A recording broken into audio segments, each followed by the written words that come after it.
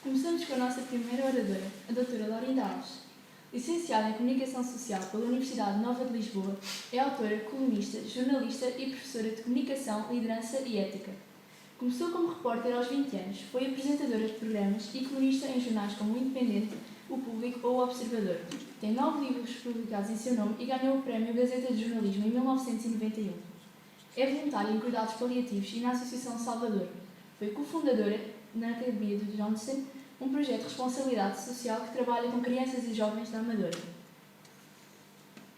Mais recentemente, foi vereadora na Câmara Municipal de Lisboa, com os pelouros dos direitos humanos e sociais, cidadania e participação, juventude, saúde e Jornada Mundial da Juventude. Irá abrir este ciclo de conferências com uma comunicação intitulada E eu, como estou a cuidar da minha casa e dos meus? Doutora Laurinda Alves, a palavra é sua.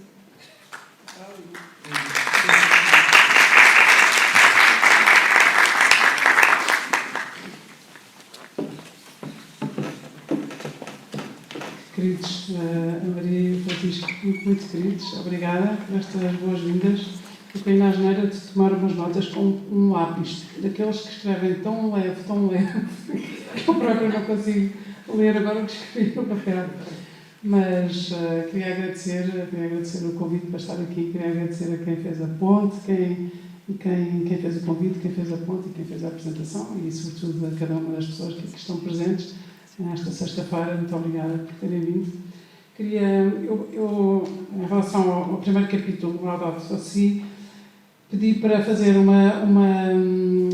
fazer aqui uma conversa, mais do que uma exposição, uma conversa a partir do capítulo 1 e o capítulo 1 desta encíclica que o Papa publicou em 2015 e que tem muito a ver com cuidar do meio ambiente e o cuidado com todas as pessoas. E eu gosto desta...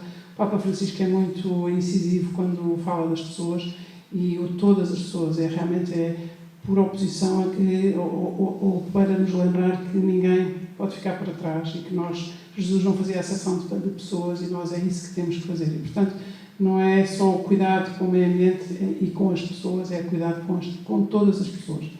E no capítulo 1, no fundo, ele fala de poluição, fala de mudanças climáticas, alterações climáticas, fala da escassez de água, que é um recurso essencial, e de desigualdade. E eu gostava de transpor isto para a poluição, falar aqui um bocadinho das nossas relações, que são as relações tóxicas, poluídas, ou que se vão deteriorando, ou que vão ficando opacas ou espessas.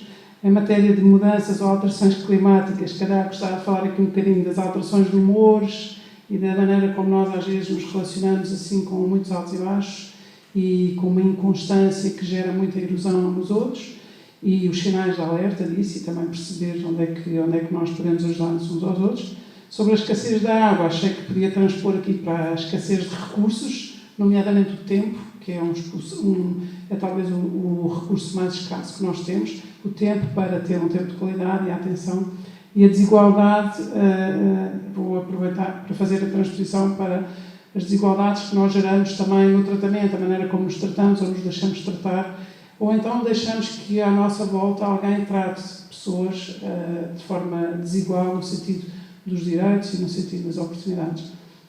E, portanto, acho que não me levam a mal que eu tenha feito esta decomposição, esta transposição deste capítulo, até porque com estes dois oradores, eles sim, exegetas e pessoas que sabem, e são pessoas que sabem de teologia, eu vir aqui fingir que sei teologia não ia colar, vocês não iam gostar.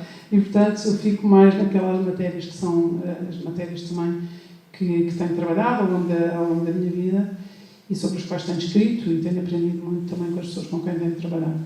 Então, se calhar começava aqui com as relações, com a poluição, com as relações que são tóxicas. As relações não são tóxicas, elas não nascem tóxicas. Nós, seres humanos, temos uma inclinação natural para o encontro com o outro.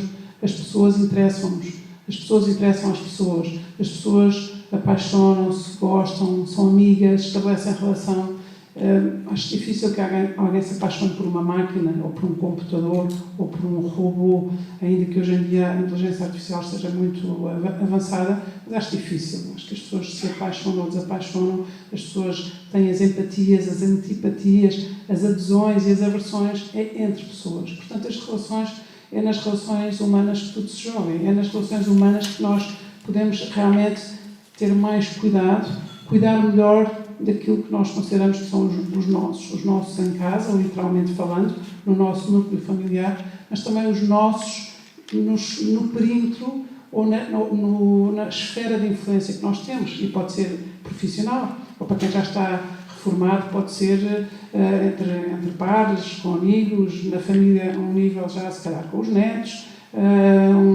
ou relações de vizinhança, ou o que for. Mas eu acho que nós temos que ter em atenção esta poluição que muitas vezes nós ou alimentamos, sem dar por isso, ou geramos nós próprios, ou não nos damos conta porque não é como reciclar o lixo, não é? A poluição no mundo, eu vejo que os oceanos estão poluídos, isto vê-se, ou se eu não separar o lixo, mas às vezes nós não separamos o lixo, entre aspas, e espero que não me leve mal, não separamos o lixo que pomos nas relações.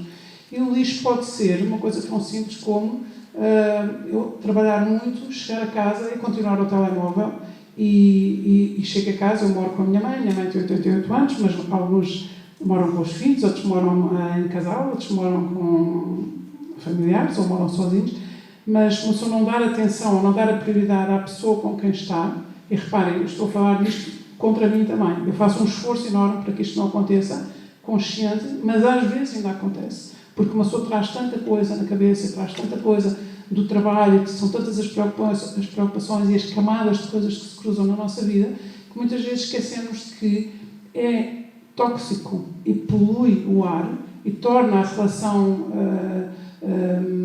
magoa a relação, fere a relação, ou seja, suja a relação, se pusermos isto mais nesta questão da poluição, nós não damos prioridade à pessoa com quem estamos, às pessoas com quem vivemos. E depois há muita coisa que eu estava a contar à Filipa, que é psicóloga, estava a dizer que eu disse uma coisa à minha mãe. E a minha mãe é muito sábia e tem umas frases a vida toda, e tem 88 anos e tem sempre umas frases que são a frase que diz, que resume tudo. E a minha mãe agora, às vezes, está um bocadinho mais repetitiva. E uma das repetições que ela faz é despede-se de mim à noite, muitas vezes. E as despedidas à noite são sempre um beijinho e uma cruzinha na testa. E então, um beijinho e uma cruzinha na testa, às tantas já nos despedimos 5 ou 6 vezes, cada vez que passa no meu quarto, um beijinho e uma cruzinha na testa. Estão a ver? E eu, naquele dia, estava mais cansada, estava mais impaciente, que é também uma grande poluição nas relações, que é a impaciência, quando nós temos só paciência para certas pessoas ou certas coisas e não para aquilo que devíamos ter. E eu às tantas disse, mãe, hoje já nos despedimos 4 vezes. E minha mãe olhou para mim e disse, com um sorriso amoroso, disse assim, mas é que qualquer dia já não nos vamos poder despedir. Estão a ver? Isto é, eu pensei, caramba, abençoada Mãe, Santa Mãe, e nunca mais na minha vida, se ela se quiser despedir 20 vezes, ou a cada vez que ela me quiser fazer uma coisinha na testa, estão a ver? E esta frase, se a minha mãe não fosse quem é, se não tivesse esta fé, se não tivesse esta confiança, se não tivesse esta iluminação interior, que eu acho que vai muito da fé, uma pessoa que faz adoração diária, ela não me respondia isto. Ela teria ficado profundamente magoada comigo, ou pelo menos perplexa, porque que ela me está a dizer isto. E porque é que eu partilho isto? Porque nós temos consciência da poluição que levamos para as relações, temos consciência quando os humores, quando gritamos, ou quando somos invasivos, ou quando somos perguntativos, ou quando estamos mal dispostos, temos essa consciência. Mas não temos consciência da sensibilidade dos outros na relação. E esta sensibilidade tem que nos tocar. Ou seja, eu não posso dar-me ao luxo de dizer porque eu estou zangada, preocupada, impaciente, sobrecarregada de coisas, de preocupações, carregar os outros com as minhas preocupações. Mas posso partilhar e até pedir ajuda. Não posso agir com os outros neste chega para lá ou hoje já chega, já não quero mais.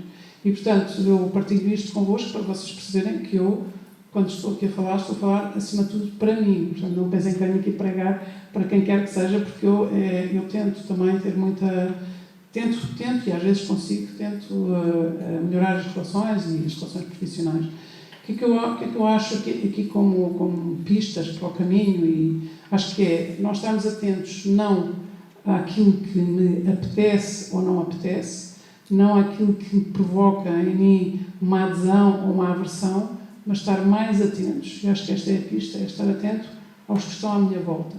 E eu posso estar, de facto, numa fase difícil, mas se calhar ao meu lado há alguém que espera de mim o melhor e que está à espera desse melhor para se reerguer, para voltar a estar mais confiante. Portanto, eu acho que nós conseguiremos esta ecologia humana e esta toxicidade que às vezes pomos nas relações, acho que sair de nós e fazer isso consistentemente e consequentemente, sair de nós e pensar como é que está o outro, como é que anda o outro. Não sou eu, é como é que está esta pessoa, como é que está o meu filho, o meu irmão, o meu neto, o meu vizinho, o meu amigo, a pessoa que eu não gosto de nada, com quem trabalho, aquela pessoa que me traz sempre, quando as coisas estão bem feitas não diz nada de construtivo, mas se alguma coisa está menos bem feita, dá um arraso e mata-nos e dá cabo de nós. Portanto, eu acho que aqui, em relação à poluição, a professora Inês vai-me dizendo o tempo. Em relação à poluição, gostava de deixar isto, que é descentrarmos, que acho que é isto que o Papa Francisco nos pede, não sou eu, é o outro, é o encontro com o outro, e como é que eu consigo ir ao encontro do outro, tendo a sensibilidade afinada para a sensibilidade do outro, é pensar quem é que anda frágil à minha volta, e se andar alguém frágil à minha volta, eu tenho a obrigação de não fragilizar mais, tenho a obrigação de resgatar e de não dizer coisas que pesam e que são realmente, que são lixo. Eu digo muitas coisas que são lixo e já fiz muitas coisas que me arrependo. Gostava de nós ter ido, gostava de nós ter feito. E, portanto, já que estamos aqui hoje um bocadinho para pensar alto e em conjunto, também aproveito egoisticamente para eu própria reforçar em mim esta vontade de não carregar os outros com o meu lixo tóxico. Depois as mudanças climáticas têm muito a ver com isto, com as alterações dos humores e com os sinais de alerta, ou seja, aqui eu gostava de deixar um alerta grande e aproveito aqui a presença da Maria e do Francisco, e todos nós temos, ou jovens, ou são nossos alunos, ou foram nossos alunos, ou são nossos sobrinhos, ou filhos, ou primos, ou enteados, ou ex-alunos, mas todos nós conhecemos jovens.